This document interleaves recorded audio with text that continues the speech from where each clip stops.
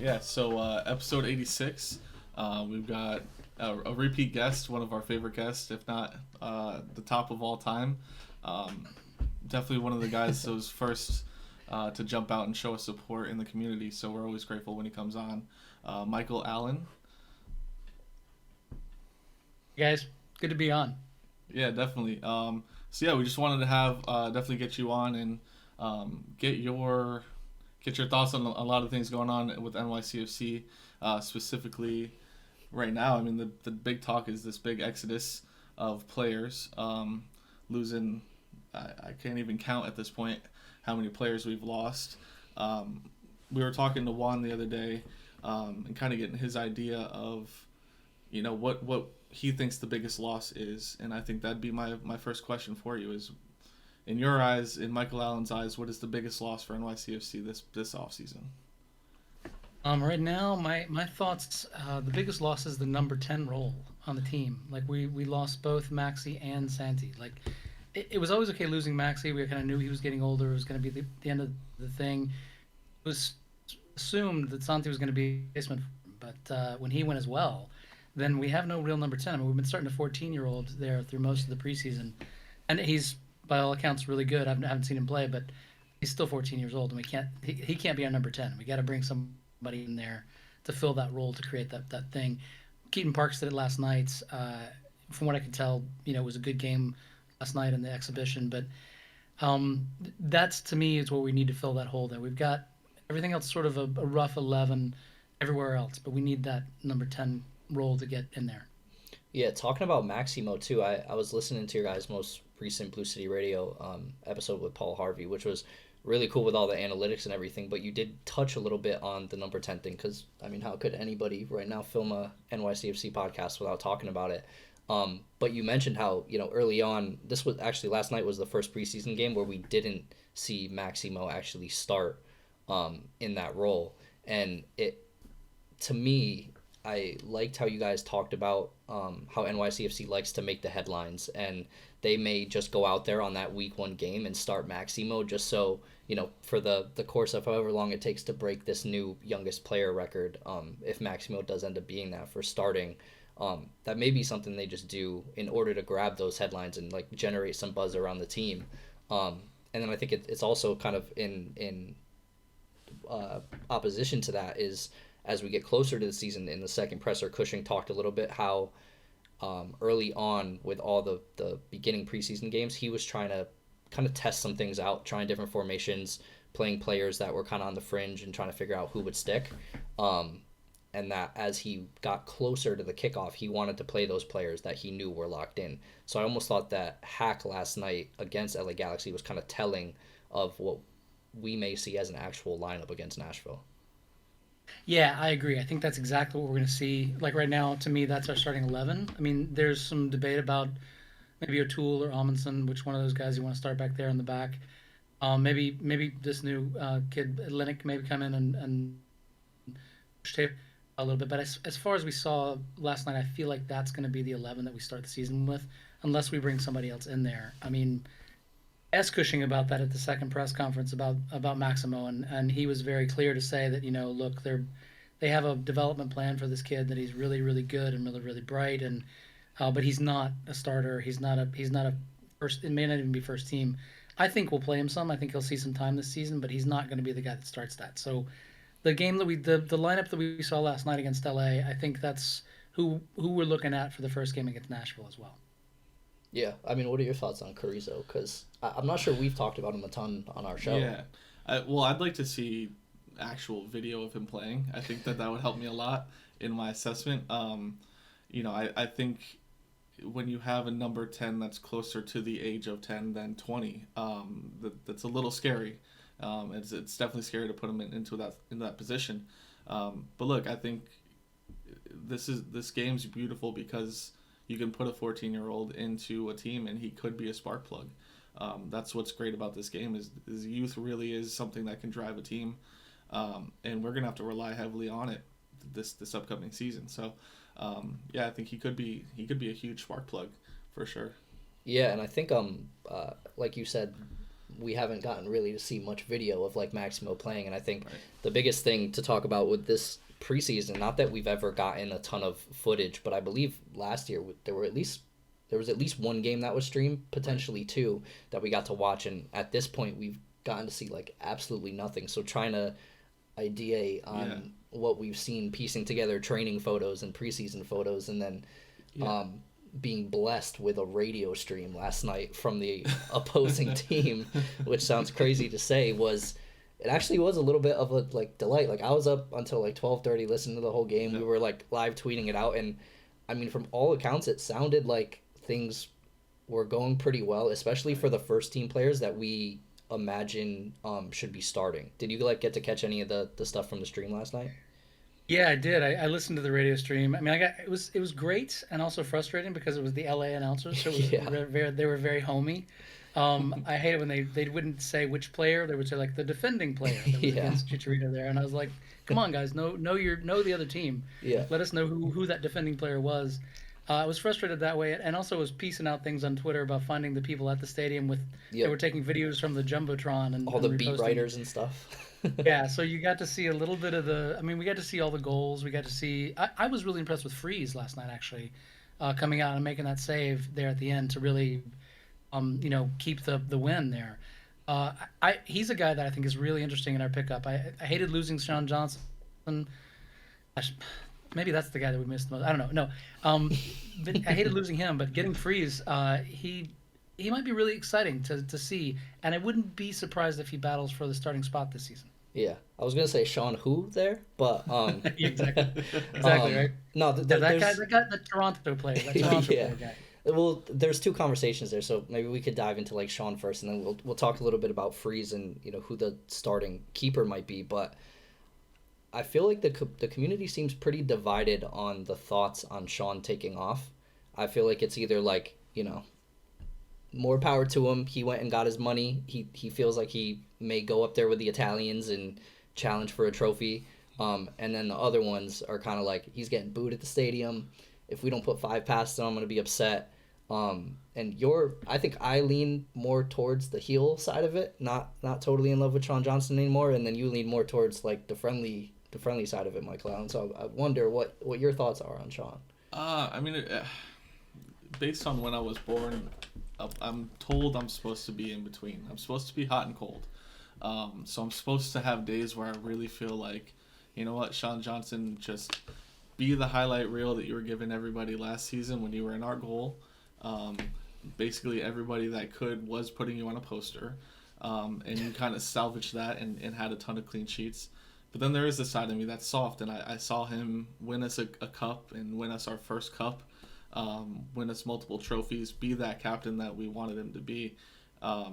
So it really depends on the day. I think it depends on how I wake up. That's how I feel about it. But ultimately, when I look back at it in maybe 5-6 years, I'll look back at Sean and I'll have a sparkle in my eye. How could you not? Yeah. I mean, he gave us everything. He gave us everything he could. Yeah, I think it's fair to say that, we obviously don't have a cup without Sean Johnson saving those 2 pens, saving a pen against New England. So, there's definitely love deserved for him in those eyes, but it does. That's why it hurts. That's why it hurts that he left. Yeah. So it does hurt when you help build a player up and the player helps build the club up and you grant him captaincy and all that, and then he walks off with some Italians. It's always it has to be a nightmare. Yeah, I mean, you don't have to cheer on your ex-girlfriends. You can still be happy and have a good time with your ex-girlfriends, but you don't have to actively date them after they leave you. I mean, that's how I feel about Sean. I don't blame even when they walk them. away with an Italian, right? Exactly. They walk away with an Italian. That's their own thing. What comes more after. Power to them. Exactly. We can smile about what he gave us, and certainly be happy with what he gave us. But yeah, I'm absolutely gonna hope we light Toronto up this year. Absolutely. Yeah, and actually, I think that so I think many teams in the East have kind of bolstered themselves up, and I don't want to jump past the starting keeper argument, so we'll talk about that next. But yeah, today I saw Will Forbes, if you're familiar with him. I think probably a lot of people within the MLS Twitter community know that name. Boldly decided to release his MLS season predictions. I think probably way too soon for his own good, because obviously people can acquire players that will completely change the complexion of their team. But he had NYCFC down in the 12th position, as that's where we're finished. And when I saw that, I felt like I kind of had to check my bias for NYCFC, because I feel like I swing so much farther on the pendulum with where I think we're going to finish. I'm not saying top three, but I But wouldn't. you did say four. You said four. Yeah. I mean, you said four. Yeah, so I'm not saying top three, but I did say fourth on Right. camera. And that is a massive difference from 12th place. Right. And it made me have to check kind of my bias and my copium or hopium for the team and what I see in the guys. I was just wondering, when you guys see 12th place as NYCFC, which would not be making the playoffs, what that kind of makes you feel? I mean, it makes me feel sort of like what all we've been talking about, right? Because we've lost so many players. We haven't been able to see the team at all. So all we can really judge is what we see on paper. And what we see on paper is a good starting 11. I think our starting 11 will probably be up with anybody game for game. But this is a long season, and it got longer by the addition of this tournament in mid-season, too. So there's a lot of games. There's a lot of injuries. It's when one of those starting 11 get injured, that's when I feel like we're really going to see a drop-off. And we saw that a lot last year, and we had players to come in and fill in and do the job. This year, I don't think we do. I think our bench is really, really light this year, and that's where I think Will and I, myself on our podcast on Blue City Radio, I was really low on the team a couple weeks ago. I really think that we need to bring some people in, and we need to bolster this roster somehow. So I get his prediction. I think it's a pessimistic position, but I don't see how we lose that many players and come out and be a really, like, we're not contending for the cup this year. I don't think that's a valid expectation for the team. Yeah, I mean, I believe I would echo the same thoughts. I think that we've lost way too much to be as competitive as I think we would want to be. But there's things like our cup run last season, which could have ended very, very differently for us. And we were going into those playoffs kind of thinking, whatever happens, happens. I don't know that we should really be here. I don't know that we should really be in this position after each game. It's those moments where I think maybe this team just has that something special to be able to pull it together and put together a great season despite the thoughts or the doubts or anything from the outside world. They kind of have this ability to tap into something else. I know we've lost a lot of those players though, so I really don't know what to think. I think the first couple of games will actually give us a really good picture of what's going to be going on. Yeah, and I think we have a tough run of first couple of games too. I was kind of rewatching the second press conference in anticipation of the recording, and Cushing even called that out. I believe I can't remember the question that was asked, but he had called out that we have two very tough away matches, and then our home opener is not going to be easy either. And that what he kind of wants to focus on is remaining patient within the team, because there is a possibility that when you play Nashville's, especially now that they're added to the Eastern Conference, which will make it even harder to place higher, that things might not go well, and he kind of wants to remain focused on like togetherness, being physically fit enough so that players can go regardless if the results are not going their way, and kind of leaning on those things to kind of call back to if the season does start off rocky. And I'm wondering if maybe he's become a little bit more realistic with his thoughts on where we're at as a team right now, because the first press conference he said word for word, will be as competitive, if not more competitive, than we have in past seasons. Right. And that almost seems like an impossible task based on the players we have now versus what we've had. Yeah, I thought back to that press conference with Ronnie Dyla when he was like very open and said like, we don't have the players to make a run at the cup. And then then Cushing said that a couple of weeks ago. Yeah. And I was like, wow, that's a really bright outlook for this team when you lost like basically everybody from that championship team. I admire his enthusiasm. I guess it's good. What do you say as a coach though, if asked that question? Like, what do you say? Like, well, we're not going to be very good this year. You can't really say that. It's a tough position for him to be in there.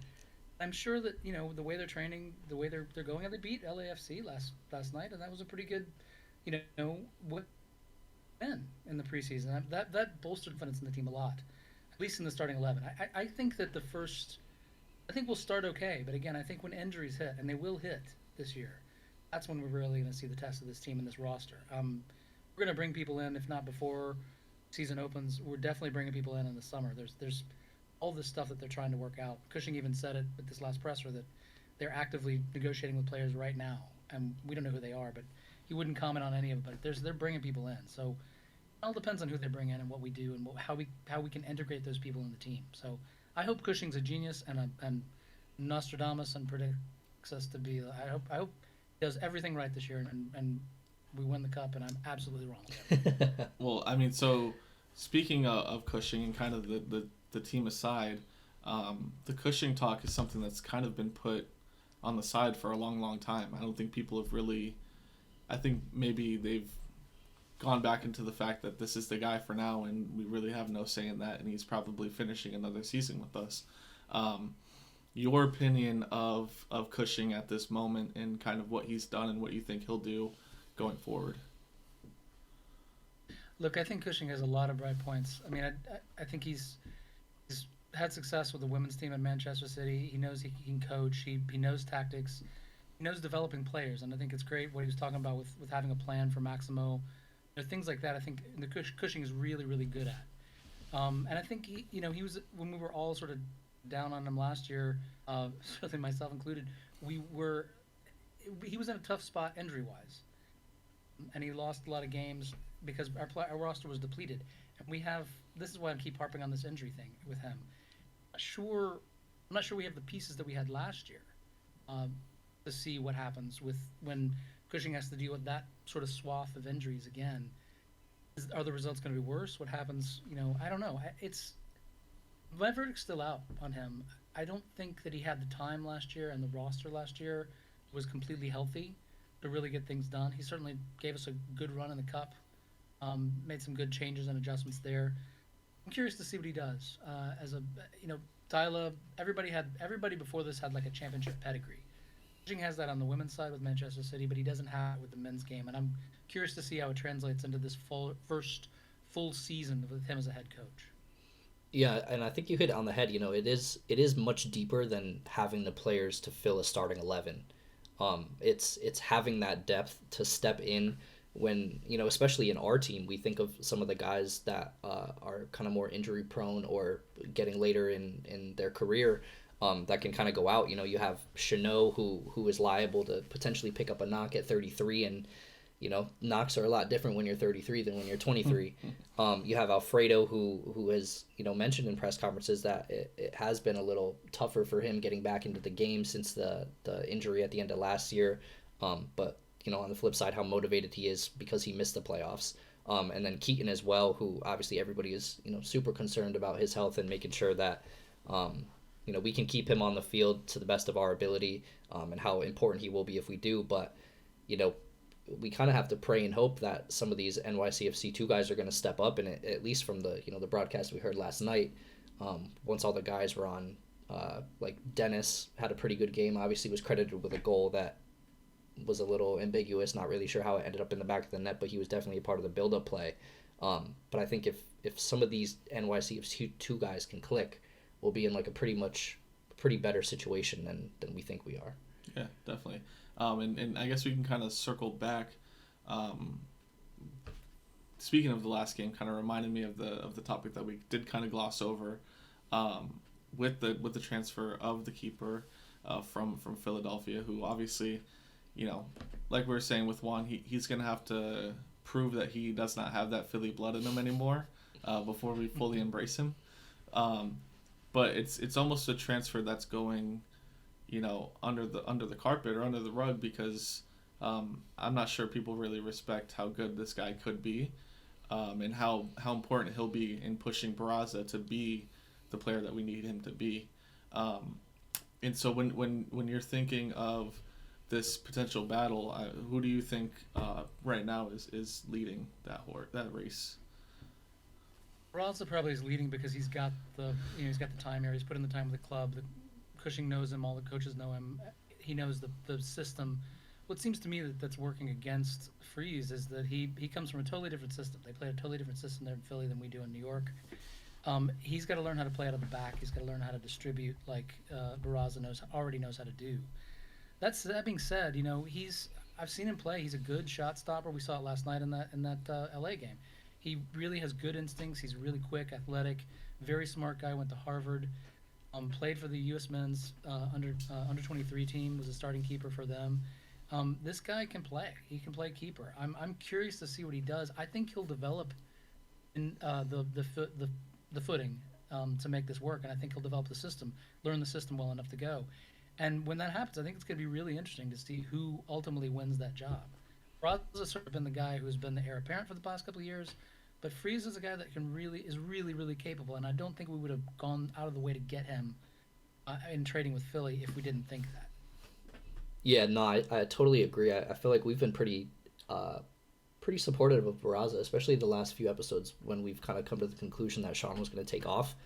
And it's funny how one performance can really have such an effect on somebody's thoughts. But, I mean, after the radio broadcast last night, Freeze, he did end up giving up a goal, but, that has to be credited with Chanel, really. It wasn't Freeze's fault. Yeah. But then, saving Douglas Costa's pen, too, I mean, guessing the right way, it's, it does give you kind of flashbacks of, like, Sean Johnson able to stop shots and stuff. But I think there will be some growing pains with learning the system. And I imagine it could even potentially be like a hot hand situation where if somebody kind of falls out of favor during the season, then you try the other guy out. And competition is always going to be king with keeping both of them on their toes. Because hopefully neither get comfortable. So I think having both of them around they're gonna kind of sharpen each other to make sure that somebody's fit. And I think we'll get by with either one of them in net. As long as they're at sort of an average form that we've seen from them before. Yeah, no, I just think Barraza's too good with his feet. It's like it really comes naturally to him when you see him play out of the back. It just looks very natural. As opposed to when Sean first got here, it looked very unnatural. We really had to craft Sean into that guy that could play that role. Barraza did not have those growing pains, and I think he benefited a lot from being the backup keeper, being able to not have, that crafting of that on camera all the time like Sean did. Sean had to go out there and learn it immediately and put it on tape, whereas Barraza got to learn it behind closed doors and make his mistakes in training. I just think that we'll be a better, faster-paced team with Barraza leading the back. I just think his passing's so superior. I just think it would take a lot. It would take a lot for Freeze to take that position. Yeah, and I think or go ahead if you've got something. Well, no, I was just gonna say, last night there was like some talk about whether Barraza picked up a knock last night or something like that. It takes something like that, right? Yeah. Like for Freeze to come in and have to be the guy, to come in and do that. We got to see Barraza a lot more because Sean got to go away for these international breaks, and so we saw a lot more Barraza. We've seen a little bit of Freeze from that, but because of Blake leaving for international breaks in Philadelphia. But we know what these guys can do, and I think it's going to be a really interesting battle. I love Barraza's distribution. I think he's really great with that too. I think Freeze may be better natural shot stopper. I'm not sure. I think there's something to the fact that each of them got a half last night. I think I think the battle's already started, to be honest with you. Yeah, I was going to say last night in the broadcast, like every single time that the announcer brought up Barraza's name, it was followed by, and he plays a ball to the midfield. Like every single time. Right. It was like hardly ever playing out of the back. And like the one time that he did play out of the back, it was the miscommunication where I guess he ended up having to like wipe Chicha out. And it was funny how like every single time you heard Barraza's name, it was that he was playing it upfield to somebody. And it does kind of excite me to have a keeper that would do something like that, because often that was not what we saw. And I always thought of when Thiago first arrived on scene, Barraza was behind playing that ball up to him for that wonder 90th minute goal to sprint down the field and kind of cut back and finish it. And it's always kind of been like what if Barraza got the time to go? What would it look like? And I think NYCFC fans should be excited to kind of finally get the opportunity to see what it looks like. Definitely, yeah. No, I'm excited for that. And and another part of the field that it kind of has some question marks, and it's a guy that you just brought up there, which would be our left. I would assume our left wing. I mean, it depends on what formation we decide. I know I forgot who it was, but someone was asking tactical questions to, I think, Keaton, and who knows what it'll be? Who knows what it'll look like? I don't even think Keaton really knows yet, and the team may not know yet. But that left wing position that we're assuming is going to exist, and we're assuming Thiago is in charge of right now. It's his job to lose. Do you see him performing well this season, or do you see somebody else behind him kind of taking that spot? No, I think Thiago has a great season this season. I think he's a guy who's been hankering for playing time, and he's going to get it this season. We just don't have another guy to come in and do what he does. For me, his problem has always been just endurance. Like, can he keep it up for a full 90 minutes? Because he might have to do that sometime this time, and that's going to be the big change that I think he's going to have to do. He's going to have to step it up. I think this whole season, Magno, Pellegrini, all those guys up front are really going to have to step up and own their own positions and become the guy. Like, before, we had Maxi as the guy. We had somebody else. There was always somebody else that you could rely on. Now those guys, those young players, are going to have to step up and be those guys. And that's going to be really fun for me this season, watching who steps up and owns this team. Yeah, and it's funny. Well, so you two are both in the same camp with Thiago, and we talked a little bit about Thiago with Juan, and Justin was saying that typically. So last season we heard a lot about him in the preseason, and then we didn't end up seeing much from him on the field throughout the year. And this season we've heard almost nothing about the preseason related to Thiago, aside from his great performance last night.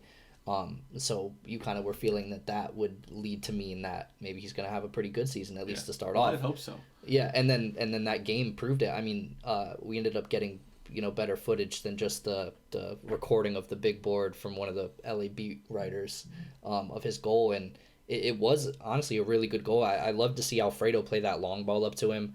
Thiago take it down with that control, and then the composure to think, hey, I could just chip it over this guy. Is not something that I'm sure I've seen from him before. I feel like typically his decision making has maybe been a little bit off, and part of that is because I don't think we put him in a ton of great positions to excel. We've kind of not treated him, or not really played to his skill set.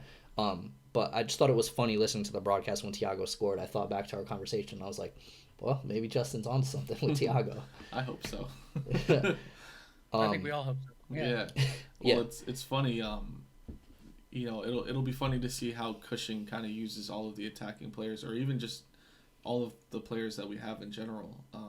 Because when you're listening to the radio, you're not getting to see everything that's happening off the ball. You're getting the commentary, what's happening on the ball. And sometimes they don't even know, like you said, they don't even know the players' names that they're commentating on. But it was interesting. I think it was Coach Joe tweeted a video where it was the new right back, Elenik, making a run, a wide run, playing a ball across goal. It's interesting. I just in your opinion, how would you use the width with this team? Would you use it with the wingers or the fullbacks if you were the manager, if you were Nick Cushing today? Cushing spoke a little bit about that before, saying that he's experimenting with the 4-3-3 tactical flexibility as well. So I think we'll see both, and I think under Cushing we'll see more direct balls than we have seen in the past. Like Dyla and previous coaches have all wanted to like really build out of the back and really build up with a lot of different passes. I think there'll be a lot more direct balls to the wings and then crossing in this season. I think it's just in Cushing's mindset. We saw that last night with the Thiago goal that you guys were talking about. There's going to be a lot more getting the ball over into those guys quickly and directly, whether we're using the fullbacks or whether we're using the wingers. I think it's just a matter of, what tactical lineup we come out with. But I think we'll push, and we'll definitely try to get the crosses in and get those balls into Magno in there in the center.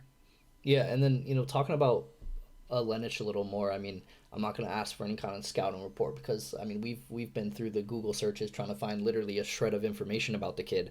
But I feel like the transfer fee of I think it was $1 million and some change. Even though he's 19, like calls to the fact that like he probably should be getting some playing time. And if we are in like a 3-4-3, you would think that Tavon would kind of fill in as like a right center back, and then that would leave a Lenich who, with a price tag like that, should probably be getting some time. Do you feel like that price tag is going to demand something from him? I guess definitely in terms of expectations, but in terms of like demanding Cushing to give him some time. Well, certainly expectations, but I think it's only how he performs in training and in games that it's going to earn him that time. He's gotten a lot of hype. You do those Google searches, you see he's like rated really highly for under 20-year-olds in the world. Mm-hmm. He's a really good young right back that we've got here, and we saw last night that he can get forward. He can get the good. That was a really great ball that he sent in there. He's quick. He's pacey. He has technical ability. He's 19 years old. He can only get better and develop more. It's really up to him, I think, when he gets time. He's going to win that time. Avon does really well at the center back, and I think Cushing wants to play a three-man back line. Mm-hmm. So I think that's the hope, that we can do that. And then if we need to go to a more defensive shape, we want to go back to back four, Tavon can go out to that right and we can take Lennox off. But I think he'll be starting sooner rather than later, unless there's some real problem with him, as a player, as a human being. Yeah, I think he's really, like you said, there's a lot of hype around him. I think he's even, if you're thinking digitally, he's like one of the top 10 prospects on FIFA career mode. Mm-hmm. And it's just, this guy that plays now for New York City Football Club. And it's weird to think that NYCFC can have that type of product. I would just love to see him flourish and be that player that we think he could be. And then he'll probably be one of the guys that ends up like Angelino, and he plays with us for a little bit until he can't, and he goes up to the big leagues. But I think the kid can do a lot. Like you said, he's very, very quick, and he's young, and I think he's gonna definitely demand that time. Yeah, and then I think talking about the right side of the ball, on the opposite side, we obviously brought in Kufre on loan as well, and he's a little bit more established than a Lenich coming from Mallorca. There's actually some highlight tapes out there that you can find on YouTube, and he's got a little bit of a left foot on him, kind of GPS. I saw him hitting a couple bangers back from Mallorca. But on the left side of the ball, for me, a name that you brought up earlier, Mike, was talking about Matty.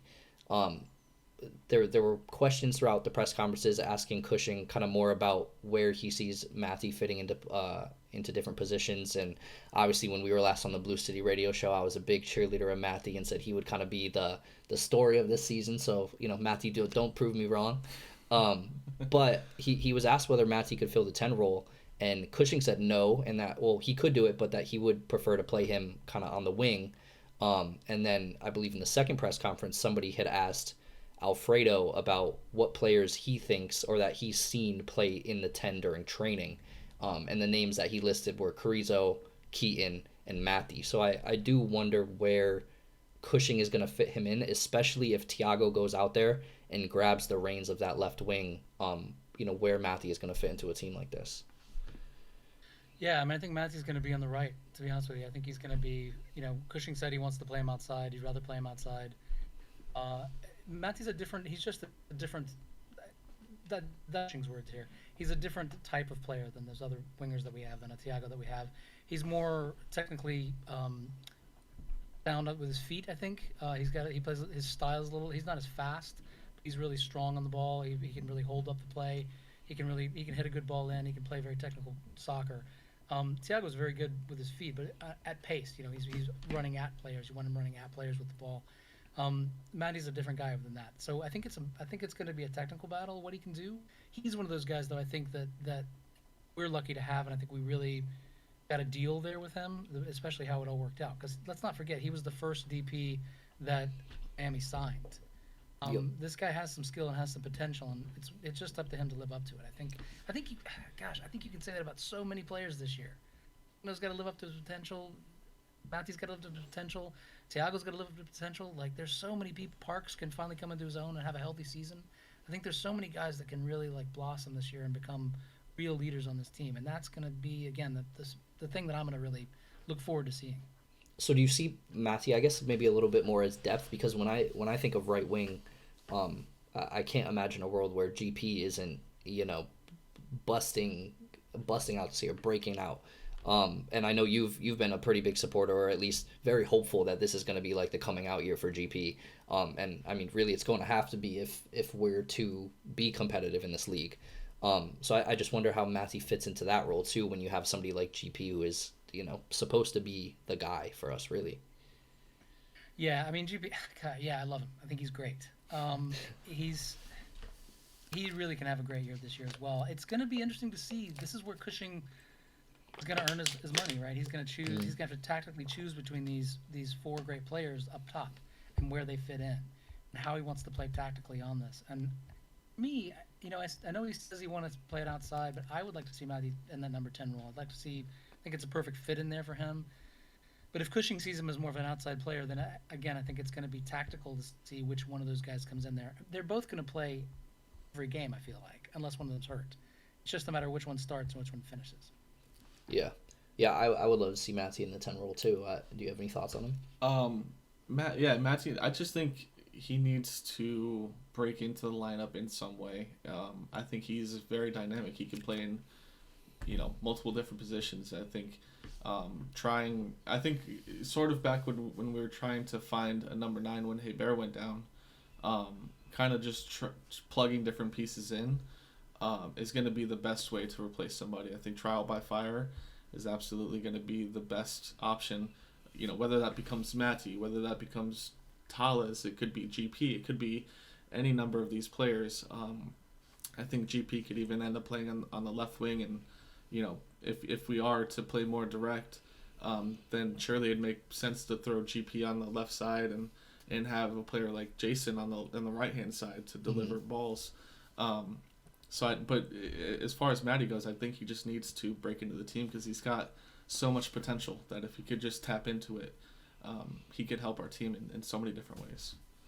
We haven't seen much yet too. Exactly. That's the whole thing is, and it does kind of make me look silly too because why so blindly trust the guy, Well, that's kind of our season right now. We have to kindly blindly trust everything that's being fed to us while we're kind of like getting little glimpses of what's going on really behind the scenes. Yeah.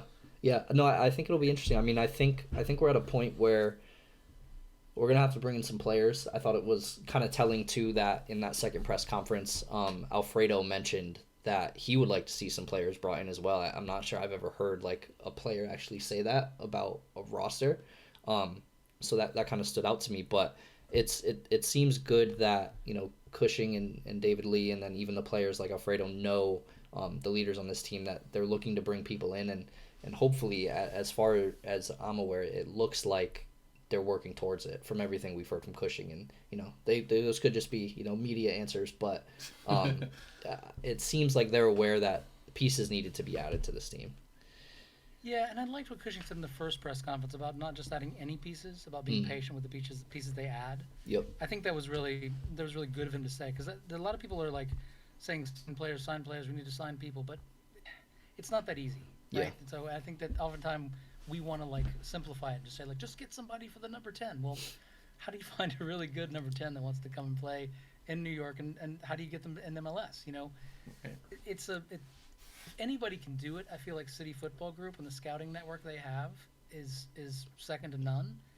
I feel like we can find the players to come in and do this, but it's going to take some time. So I wouldn't be surprised if we didn't add like a significant player until like this summer, when it gets easier to sign people from Europe. Yeah, I wonder how. I just wish I could know what we're gonna look like in the summer. It's gonna be tough to know where we're exactly at then. But it's just funny how the same thing we talked about with Juan, how things stay the same and how they change all at the same time. With Maxi taking off, we always knew it would happen and didn't necessarily plug the issue. And then the same thing with the 9, but it seems like naturally Talas has sort of become the solution for that. And it's funny, up until this point, we haven't even mentioned Talas. And I'm not sure if that's a product of, I guess I kind of make the assumption that he is definitely going to have a good season at the 9. Yeah. And I'm not sure, I mean, obviously we've seen a lot of great things from him, but that is a guarantee in my mind. But when we think about it realistically, it's not necessarily a guarantee. Right. Yeah, no, I think it's us not talking about him as a product of our confidence in him. that wherever he's playing, he's gonna figure it out. He's gonna score some goals. He's gonna give us those moments, where we want to rip our shirts off, or if we're playing the Ronnie Roll, we could rip our pants off too.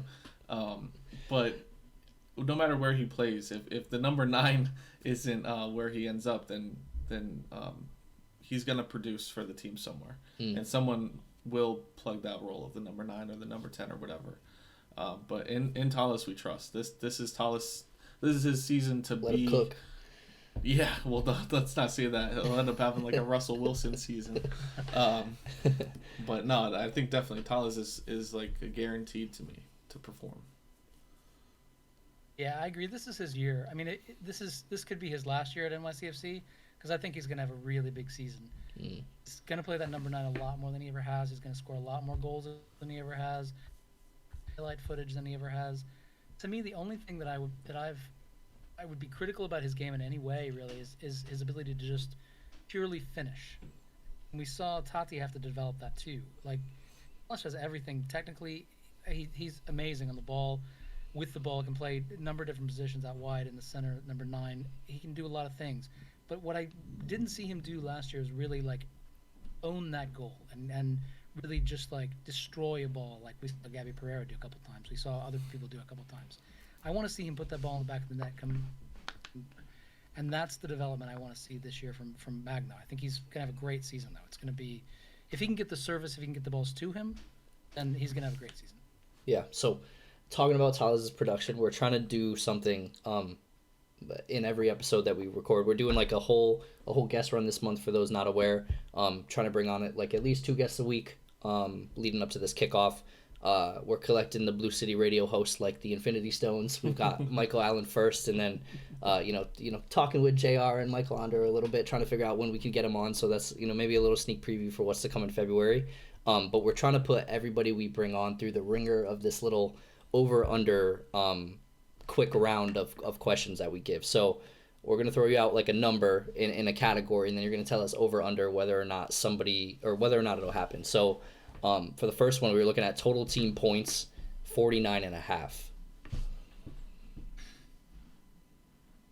Oh man, we asked this on our episode last week, and I said 48. So I've got to stick with what I said. Then I'm gonna say under, but just under. Yeah, I believe I said over in our last episode, and we have the pleasure, as you called out in the last episode, of getting to revise our answers each time. So as new information come out, we can kind of make updates to what we think. Here's my caveat to my answer is that's with current roster construction. Okay, there you go. Timestamp it. I was gonna say when we change my answer. I was gonna say when we clip you in September, we'll make sure to include that little part of the clip. Yeah, I want an asterisk next to it that says this was before Olivier Giroud was added. Right? So yeah. I stand by what I said. Yeah. I was gonna say a quick caveat. It was yesterday. I wish we would go full French the way that Toronto has gone full Italian. Bring in Pogba, bring in Giroud. Give it a few years and get Griezmann in here too for the stadium announcement, and I'll be the happiest Frenchman alive. If Mbappe wants to, work out during the summer and have a nice loan, he can come over as well. Yeah. I love it. Next one, over or under 6.5 clean sheets. Over. Still over? He's still over. Yeah, still over. And then talking back to the Tallis point that brought the whole thing up, we've got the Tallis goals at 12.5. I'm going to go over. Over. Always take the over. Yeah. Over? Always take the over. Tallis is going to have a big year this year. He's going to have a big year this year. Yeah, and then I feel like I know your answer for this one. 9.5 GP goals. Over, yeah. Over. Man. I feel like you probably also think then we're going to finish around like 3rd or 4th place. I mean, if we're banging in all these goals. Now, listen, this is my problem with the East, is that it's gotten so good. Like, every bad team is so much better than they were last year. Like, it's going to be anybody's ball game in the East this year. I could see us finishing in 3rd or 4th. I could see us finishing in 7th. I really could see us finishing in 12th. I mean, current roster construction, anything can happen. Yeah. Every other team is better, though, and Nashville's been added. Yep. It's going to be tough. I was just going to say that's a big X factor that Nashville has been added. That's almost, with how good they've been in the past, that's almost, a full place that could knock you down that wasn't previously there. But then last one, Thiago goals 6.5. I'm gonna go over on that as well. I'm not as confident about that as As the I am others. with the other two, but I'm gonna go over on that as well. I think all three of those guys are gonna have big seasons. Yeah. Yeah, I believe last episode I said under. I'm gonna stick with it. I believe you were over as well because you're on the I think Thiago I've hype already train. changed my answers. I We're think I've talking already... about Andrade, right? You're not talking Yeah, about yeah, Thiago yeah. Martins because that's a different answer for tomorrow. Yeah. No, I'll go Thiago Martins. I'll go with him over 7. Yeah, I mean, if it was Collins, maybe I would Yeah, say yeah. over, but we don't have the luxury anymore of that. So, but yeah, I mean that's all the over unders. I think it'll be cool to look back. We've never in the past done like a ton of predictions where we put stuff on paper, to see how wrong we are at the end of the season. So we kind of thought up something on what we can do to maybe be right if we can be. But yeah, the only thing I would add to it would be, who do you think is going to be the biggest surprise? Not a name that people may not be thinking of. So I guess I'll subtract like the GPs, the Talases, the Tiagos. Who's going to be the biggest surprise for this season? Dart throw. I actually think the biggest surprise for the season might be this Atlantic kid that comes in. By the end of the season, I think he could really grow in and be like quite a player, and I wouldn't be surprised if we're like not all singing his praises by the end of the season. I think he's got a lot of potential. Once he gets and learns the system, I think he could be a real big surprise. yeah, I think that's a good answer. Yeah. Yeah. I'll say Justin Hack. Oh, you took it from me. I'll fall on the nails. I'll fall into the cave. I was just gonna say, are we allowed to answer because we're not guests? Because I'm gonna just say it just because I want it out there. That I'm a Justin Hack supporter. And I want the kid to do well. I don't care, what he's done in the past. I think he's a kid that has a lot of confidence. That can play. He could plug a lot of holes for us if the ship is sinking. And I trust that he's gonna do well this year. Yeah, to me, I think the most important part is not only that he can do it, but he's going to be put in a position to. We know that Cushing loves him. I think last night was telling as we get closer to the regular season kickoff what the lineup's going to look like, and he was plugged into it, sort of in that 6 or the Sands role, right? So I think Cushing is going to give him all the opportunities that he needs to either prove us really right or prove us really wrong, and whichever way it swings, it'll be good to find out, with a homegrown player what he's really about, to kind of finally get closure on what the kid's all about. Yeah, definitely. But yeah, I think it's really smart. I agree with you guys because it's part of his development, right? We can't forget that this kid is still developing into a full-time starter for the team. He got a lot of minutes last year after Cushing came on. He wasn't getting many minutes at all under Diley. He was playing for NYCFC 2, but not first team minutes out on the field. And Cushing was the guy who gave him this chance. Yep. So let's see what he can do, with the full season under his belt. That experience and growing on that. So, yeah. Yeah, absolutely. Yeah. That's all I've got. Yeah, I feel like that just about, wraps up, I think it's episode 86. Obviously, there's a ton of different ways to find Mike online. You can go Michael Allen on Twitter. He's a part of the Blue City Radio, which is, I believe, the longest running podcast. So it's always crazy when we get to touch base with you guys. Just in general, I mean, coming on your show or you guys coming on here has always been a super delight, and we just appreciate all the support and everything. Yeah, it's great to be here. I mean, we're happy you guys are around, and it's always fun to come on the show and talking soccer. I love talking to my CFC with anybody I can talk with. So definitely, it's great coming on and talking to you guys. Thanks for having me on and inviting me. And if anybody wants to find any more of my work, I do work for Prost America to cover the team I write for them. So after the games, I'll have an analysis there of each game as well. So yeah. Perfect. Yeah, definitely look out for that. And you could find Post 90 Podcast anywhere that you listen to a podcast. Join the conversation on Twitter. That's the best way to be in the community.